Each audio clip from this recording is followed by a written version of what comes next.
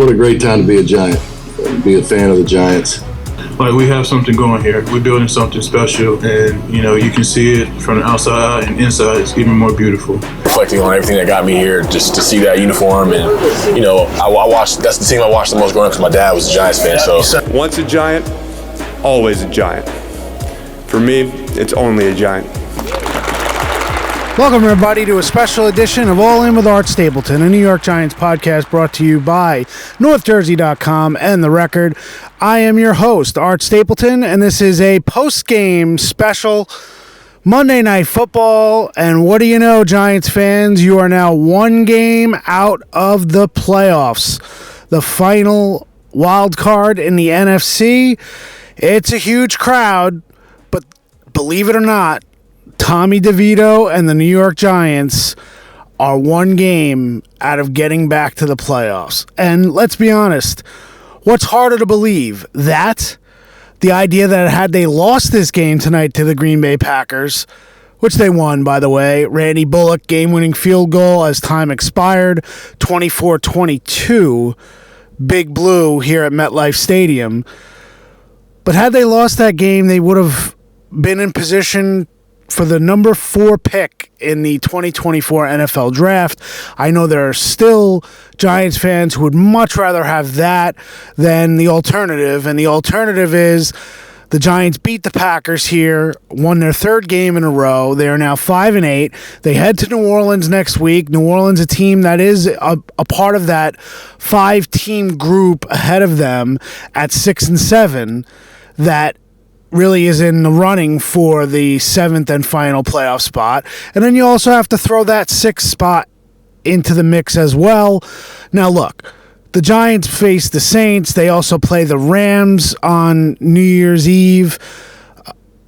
But we're also counting on the idea that they're playing the Eagles twice in 3 weeks. And we know how this team fares against the Eagles.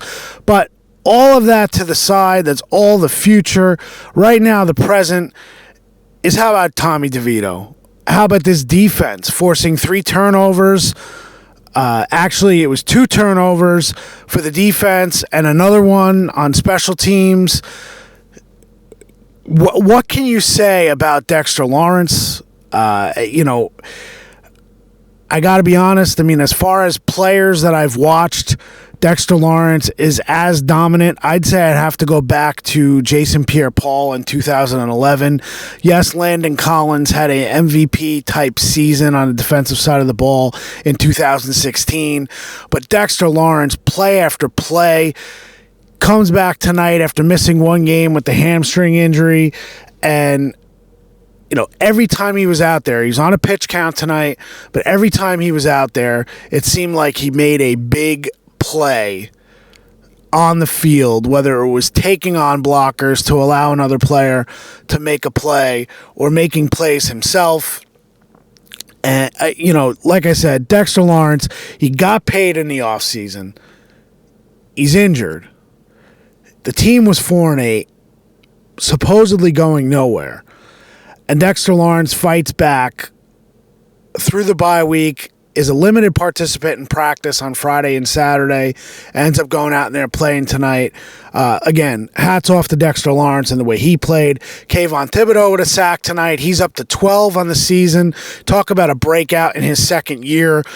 Think about where we were 2 months ago and everyone kind of questioning Kayvon Thibodeau and where he's at and whether or not Joe Shane picked 2 busts in the top 10 2 years ago, or at least last year.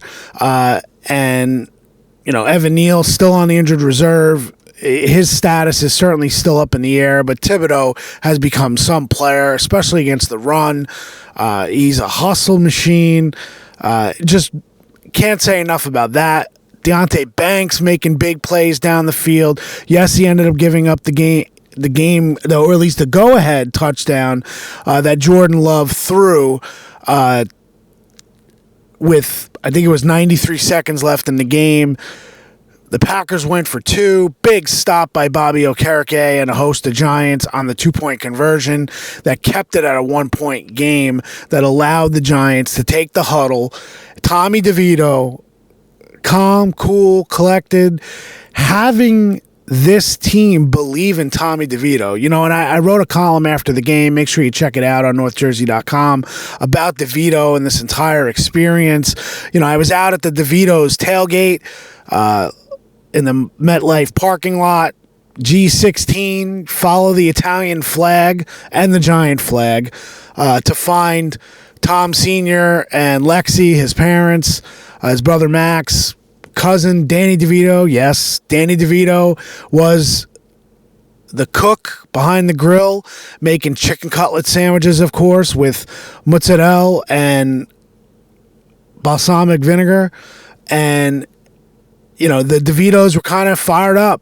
And they had a group of over almost 300 people, friends and family, everyone who wanted to be a part of this experience for Tommy DeVito and the Giants. And, you know, they go out and really they played toe-to-toe with the Packers. The game was sloppy. But let's not forget, coming into this game, the Packers had won 3 games in a row. They had just beaten in prime time the Kansas City Chiefs. Now, I know KC lost to Buffalo yesterday, so everybody's looking at it going, well, you know, how good is KC? KC's a good team.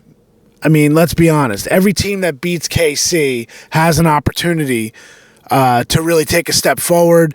Packers were sitting in the 7th spot, and everyone expected the Packers to make a run here and get into the playoffs and take care of it in Jordan Love's first year full-time as starter. And what the Giants did defensively against Love, you know, I think the inclement weather certainly played a part here tonight, and inclement in terms of wind, a little chilly, but the wind, the gusty winds inside of MetLife certainly played a role early on. Tommy DeVito adjusted. I don't think the Packers ever adjusted. And, you know, you look at the way DeVito is playing, and I mentioned, you know, his dad, and we were talking, way before the game, hours before this game even kicked off, and his dad said to me, you know what, and I'm paraphrasing now, I have the direct quote in my column on DeVito, you know, he said, everybody's waiting for the clock to strike midnight on Cinderella, and that was, you know, maybe that happens tonight, you know, maybe that happens. He said, but Tommy doesn't just think he belongs here, he believes it. And the Giants believe it too. You watch some of these guys, you know, it's funny. Talking to Isaiah Hodgins, what a catch he made on the scramble drill from DeVito. The touchdown that put them up 21-13. Great play by DeVito to fire it in the back of the end zone.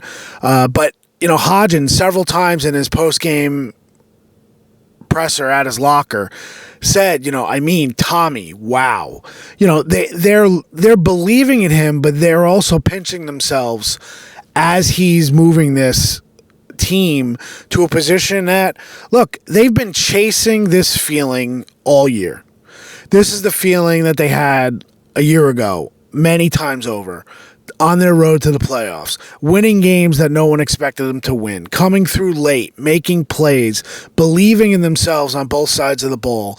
And the fact that they did this tonight in primetime after getting embarrassed, every time they were in primetime this year, they were non-competitive. Cowboys in primetime, 49ers in prime time.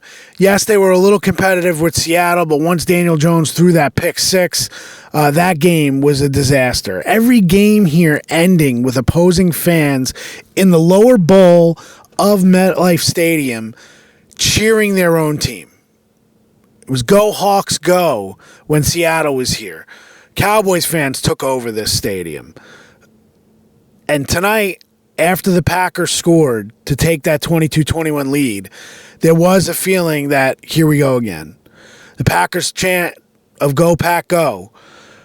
DeVito takes the huddle, 93 seconds left in the game. He goes 4 for 4, 17 of 21 overall. Throws that touchdown pass to Hodgins. Huge pass to Wan'Dale Robinson. Wan'Dale makes that play. And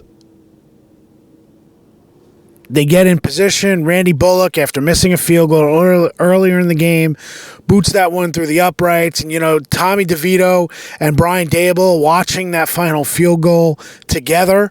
And, Dable joking with DeVito that he wasn't going to watch, then changed his mind, turned around, they watch. And if you saw the replays in the game, props to my wife, Mary, who ended up sending video on my phone of the game. Since we are here, we didn't get to see the video. But Dable and Tommy DeVito jumping up and down, like two school kids. This Giants team finally recaptured some of the feeling that they had from last year with everything that's gone wrong. Now they're going to New Orleans 5-8. Look, they still don't have great odds to make the playoffs. You want to believe in some of these playoff simulators? They're still around 1% chance of making the playoffs.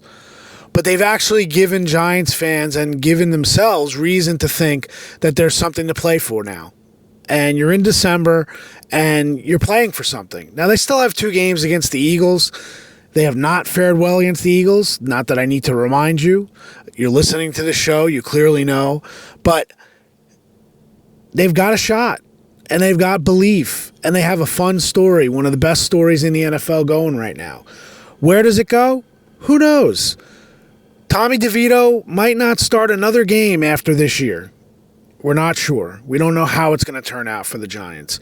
But what he's doing right now, he's playing well. What he did tonight with his legs, tremendous. 71 yards rushing. I certainly did not see that. He hasn't done that since his days at Don Bosco. I think that these Giants, I know you want to worry about the draft slot. I know you do. And I understand it. I get it. You feel like you're not going to advance as a franchise if you don't have one of these elite quarterbacks. But we're not sure how elite these quarterbacks are. It's an inexact science. So if you're a fan of this team, enjoy it. Enjoy this right now. You have a front office and you have a coaching staff here that you should believe in right now. And put your faith in them that no matter where you are in the draft, they're going to make the right decision to get you where you need to go. I know that's a big leap of faith, and I know some of you will refuse to do that. It's not going to happen. I get it. But at 5-8, enjoy this, because you're missing some good, fun times for this team. You really are. You have some good players on this team. You have some young players who are coming of age. And like I said, you have one of the most improbable stories in the NFL right now in Tommy DeVito doing what he's doing. And you can talk about all you want about the opponent. The Packers aren't any good, just like the Patriots weren't any good, just like Washington wasn't any good. But these are teams that are on the schedule. And now you go to New Orleans and you play a Saints team that's one game better than you in this race. Go out there and beat them. And if you don't believe now, then, I really don't know what you're a fan of at this point. I mean, that's the reality of it. I'm not going to tell you how to fan, but it's a fun story. And it's even more than a fun story. The football is good, too. Not a quality, perfect, this team is great going to the Super Bowl kind of story. This is this team has given me moments to enjoy, to kind of gasp a little bit, to say, man, I can't believe these young guys are making plays. And at 5-8, it may end up being 5-12. But enjoy it a little bit, Giants fans, because you've certainly been beaten up far too many times over the last decade. So enjoy these moments, and then you put your trust that you have the right front office and the right head coach to make the most of your draft picks and get players in here who are going to make a difference, and you will figure out the quarterback situation. Because remember, in Buffalo, they had a pick in the teens, and they ended up trading up into the top 10 to get Josh Allen. They could still make a trade up wherever they land and get one of those quarterbacks. Maybe not Caleb Williams, maybe not Drake May, since those are the guys who have been talked about time and again. But a Jaden Daniels could be available. and you don't know where this front office and this scouting staff is going to land on guys. But I tell you what, outside of Evan Neal, who has not performed to his draft status and the expectations, this team, the younger players, have really performed. And you have to be confident that Joe Shane and his staff know what they're doing. They have a far greater clue than what the previous administration did as far as picking players. Felt like they were throwing darts at the wall, and these guys have a plan. So that wraps it up for MetLife. We got plenty this week. We'll be heading to New Orleans. Happy holidays to everyone again. Happy Hanukkah to all my friends celebrating. And we'll be back this week. Appreciate you being all in. It is now 1:37 in the morning. New York Giants 24, Green Bay Packers 22. We're all in. We'll talk to you later this week.